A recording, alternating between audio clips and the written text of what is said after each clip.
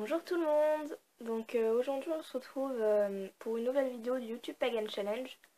C'est la semaine 23 et je la poste avec une semaine de décalage parce que je trouve que j'ai un peu beaucoup d'avance sur les autres comme je passe les je passe les vidéos que penses-tu de cette période de l'année parce que je vais juste balancer des trucs random et ça va ressembler à rien donc je veux pas les faire. Mais je me suis dit que peut-être que je passerai ces semaines-là parce que je voulais rattraper mon retard. Mais je me rends compte que je suis passée devant pas mal de personnes qui avaient commencé avant moi. Et bon, je sais pas, je préfère sortir ça en même temps que les autres. Enfin bref. Donc, la semaine 23. Je vais me passer à côté, donc je vérifie. Euh, le thème de la vidéo de cette semaine, c'est l'importance de votre alimentation et de la nourriture.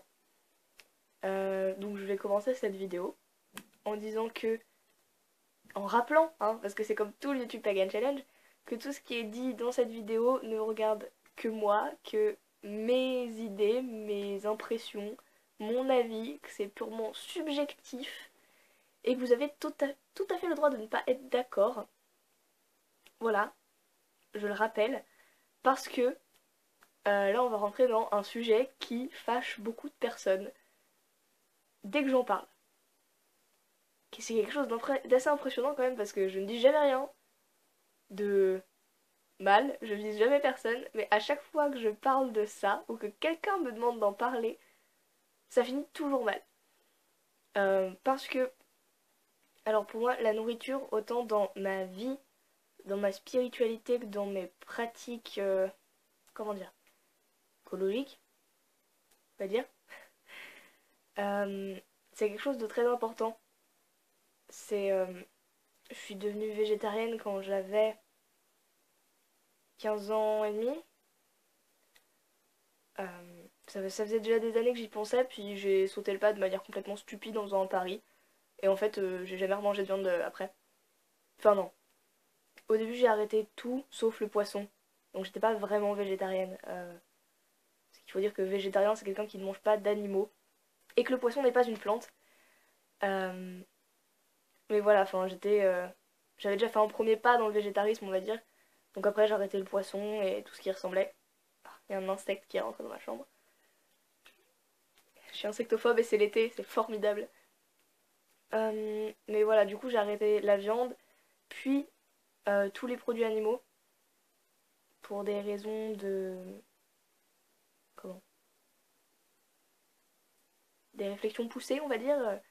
Je me suis posé des questions sur ce que j'avais le droit de manger ou pas le droit de manger.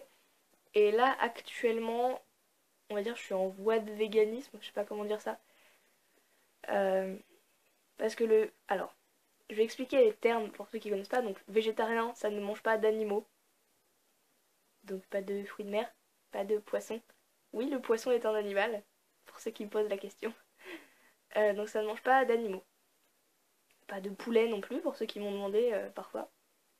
C'est assez drôle parce que quand on parle de végétarisme, on dirait que les gens oublient qu'ils ont fait les animaux de la ferme et de la campagne quand ils étaient petits dans les livres pour enfants.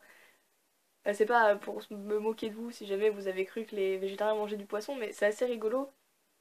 Comme je peux remarquer que certains définissent le végétarisme par on mange pas d'animaux, mais le poisson, si, parce qu'on s'en fout. J'ai toujours trouvé ça assez drôle. J'ai fait la même erreur au début, hein, mais corrigé. Donc, végétalien, lui, un végétalien ne mange pas de produits animaux du tout. C'est-à-dire que je mange pas de viande, ça inclut le poisson, les fruits de mer. Je mange pas d'œufs, je mange pas de produits laitiers, donc pas de lait, pas de fromage, pas de crème, tout ça, et pas de miel. Et bien sûr tout ce qui est graisse animale, colorant à base de d'insectes écrasés, la cochenille, le colorant rouge non plus. Je mange pas d'insectes non plus, les végétaliens ne mangent pas d'insectes, pour ceux qui m'ont aussi posé la question. Non, je ne mange pas de criquets ou de choses comme ça, mon dieu. Euh, Enfin voilà, on ne mange pas du tout de produits animaux. C'est la définition des termes en tant... Enfin, la manière dont elle est posée dans les universités américaines, je crois, ou je sais pas quoi. Quoique, chez eux, c'est peut-être le même terme. Non, il y a végétarien. et ça passe direct à vegan, je crois. Alors c'est où la définition? Bref, la manière dont c'est posé, défini en français.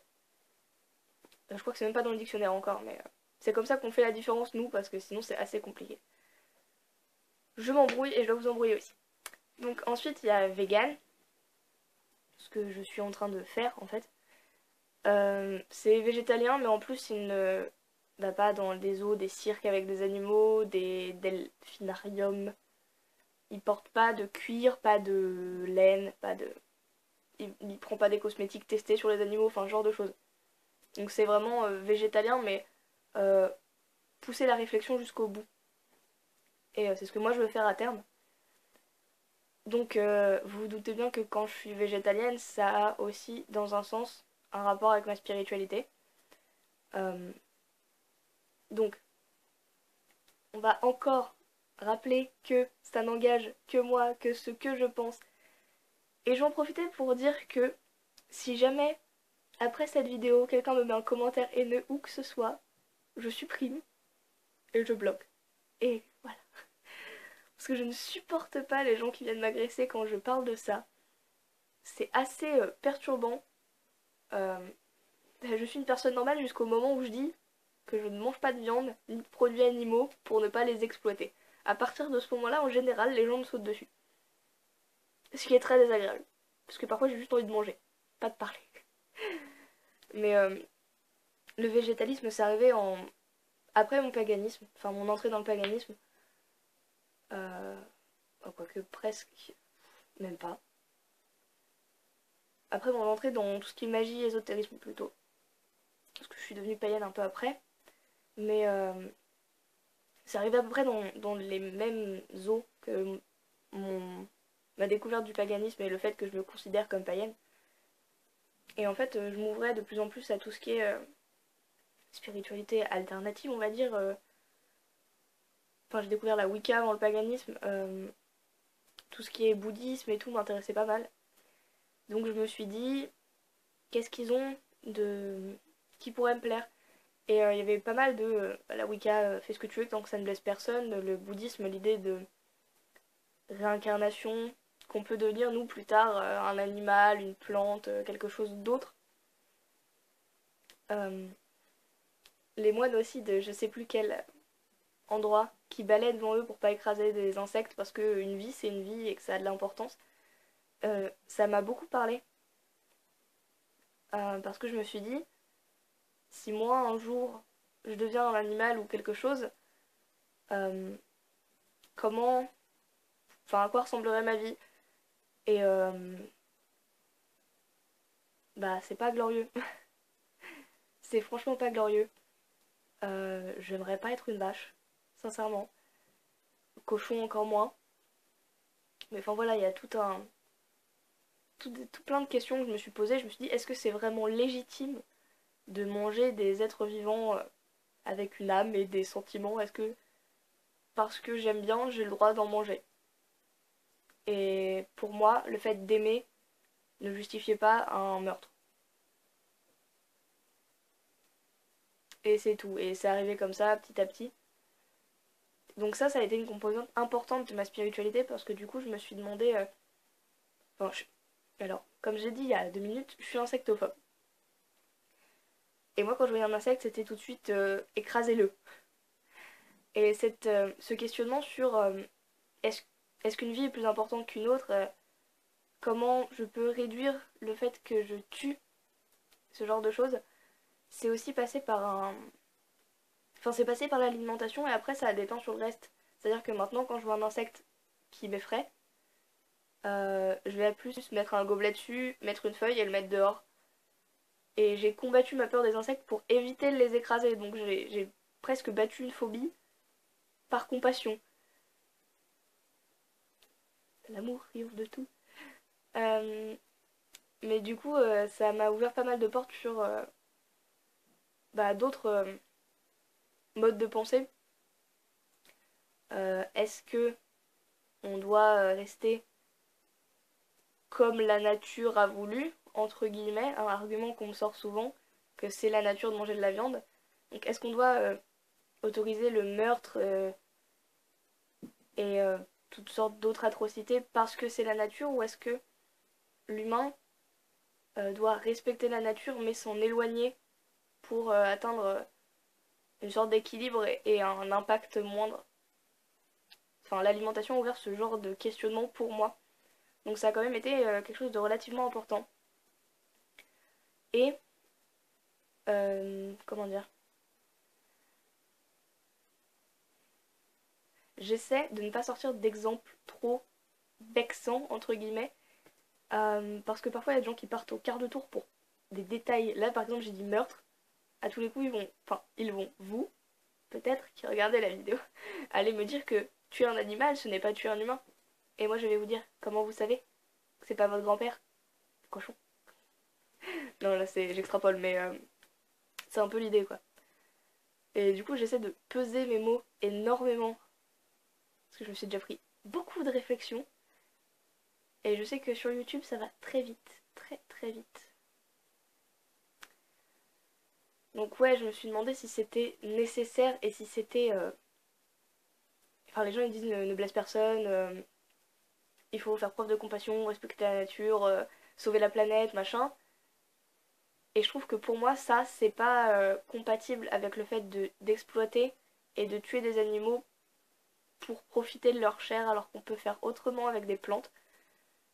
Et c'est pas compatible non plus avec le fait d'utiliser les animaux comme produits ou comme moyen d'échange ou comme matière première.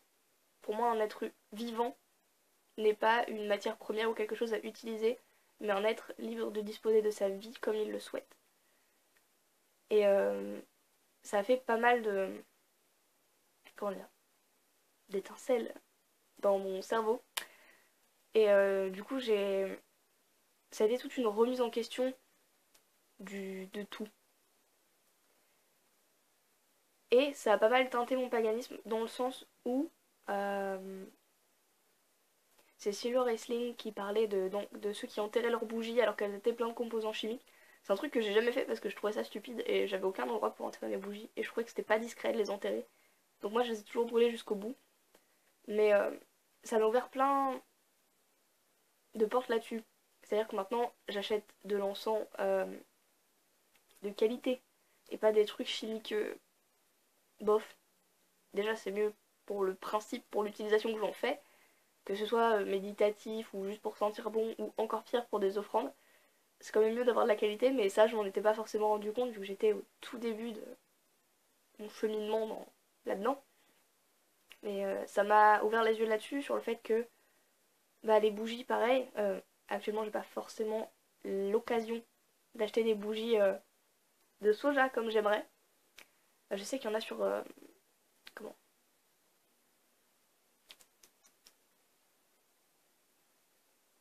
zut, je me souviens pas du nom de la boutique, mais de toute façon si un jour j'achète là-bas je ferai un unboxing, mais il y a une boutique qui en vend des bougies à la cire de soja.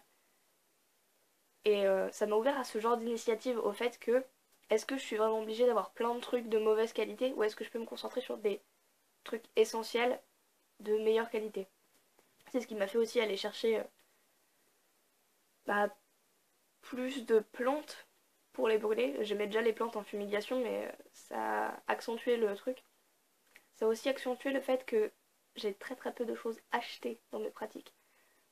De l'encens, parce que j'adore ça. Quelques bougies chauffe-plat blanches, j'utilise que ça.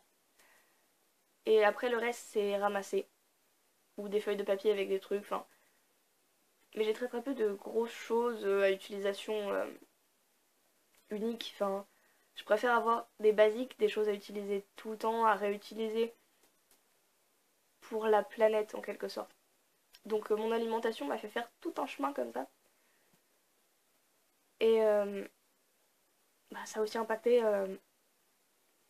quoique plus tard, parce que ça c'est vraiment en train de me revenir dans l'esprit en ce moment. Mes achats, pourquoi j'achète, comment j'achète. J'ai toujours beaucoup aimé les friperies. Euh, j'ai pas mal de fringues qui viennent de ce genre d'endroit.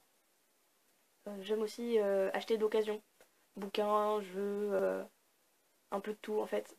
Parce que pour redonner une deuxième vie à un objet, c'est important pour moi et bah ça c'est aussi quelque chose qui est venu avec ça, c'est dans la continuité. Quand on se demande ce qu'on mange, pourquoi on le mange et est-ce que c'est nécessaire d'en manger, je trouve que la nourriture c'est quelque chose d'important, c'est le carburant du corps humain. Et à partir du moment où on peut remettre ce genre de choses en question, on peut remettre ce qu'il y a autour en question, donc la consommation, ce genre de choses, et au final ça finit par déteindre sur plein de choses. Donc, le fait de devenir végétalienne m'a aussi pas mal fait revoir toute mon alimentation, du coup. Et maintenant j'ai une alimentation plus vivante. Je sais pas si c'est le bon mot. Je vais garder celui-là parce que je trouve pas mieux. Excusez-moi, j'ai un instant de vide cérébral. Je viens de voir un avion passer devant ma fenêtre. Littéralement, presque. Je crois que c'était un oiseau et je trouvais que l'oiseau était très étrange. Très rouge, avec des lumières et en planant très longtemps. L'été me perturbe énormément. C'est pas du tout ma saison, donc je suis assez perdue. Mais voilà, maintenant j'ai une alimentation plus fruits, légumes, beaucoup plus diversifiée qu'avant. Et je sens la différence sur mon corps, la manière dont je ressens mon corps, mes énergies, l'alignement que ça peut avoir.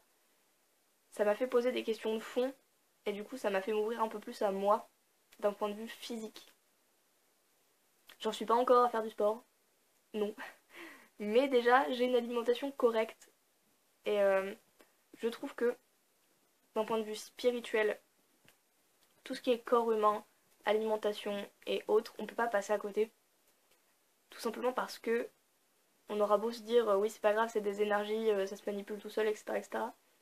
Un manque d'énergie est très fatigant, un surplus d'énergie est très compliqué à gérer, et il y a des tonnes de choses, de travaux magiques, de tout, qui nécessitent que l'on soit équilibré, autant d'un point de vue mental que d'un point de vue esprit et corps.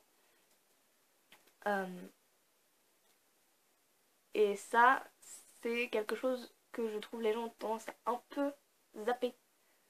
Euh, Surtout ceux qui veulent aller vite ou faire des choses impressionnantes. C'est sûr que manger 5 fruits et légumes par jour, c'est pas le top du top de la classe euh, d'un point de vue spiritualité, hein. Mais pour moi, si on prend pas un minimum soin de soi d'une manière ou d'une autre, il peut pas y avoir. Enfin, comment dire? Ce serait moins compliqué de pas de monter en niveau, mais presque. Pareil, j'arrive pas à trouver l'expression. D'évoluer, c'est ça. D'évoluer dans notre spiritualité ou dans nos pratiques magiques ou ésotériques. Mettez tous les mots que vous voulez là. Et c'est quelque chose qui a changé aussi mon rapport à la terre en elle-même, euh, aux plantes, aux animaux. Du coup, je me sens beaucoup moins coupable de, de quelque chose. C'est très perturbant, j'ai l'impression qu'on a enlevé un poids de là. Euh, et ouais, ça a ouvert plein de portes. Enfin, je vais pas faire tout, tout le speech parce que ça fait quand même. euh,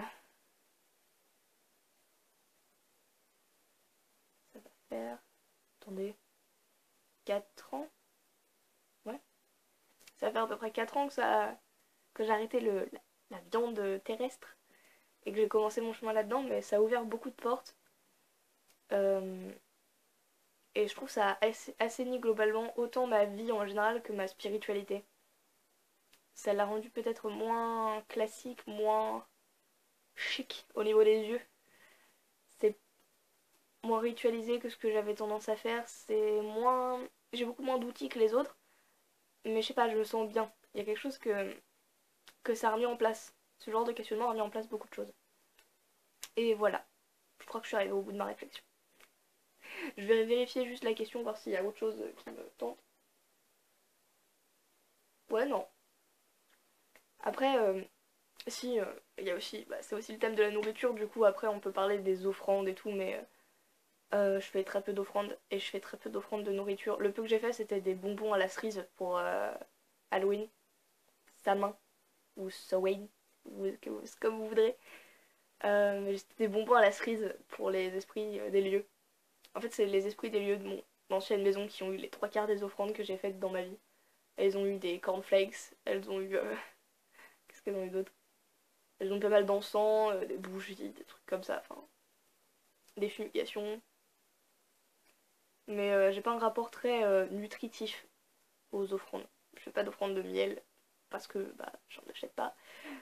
Mais même avant, j'en ai jamais fait vraiment.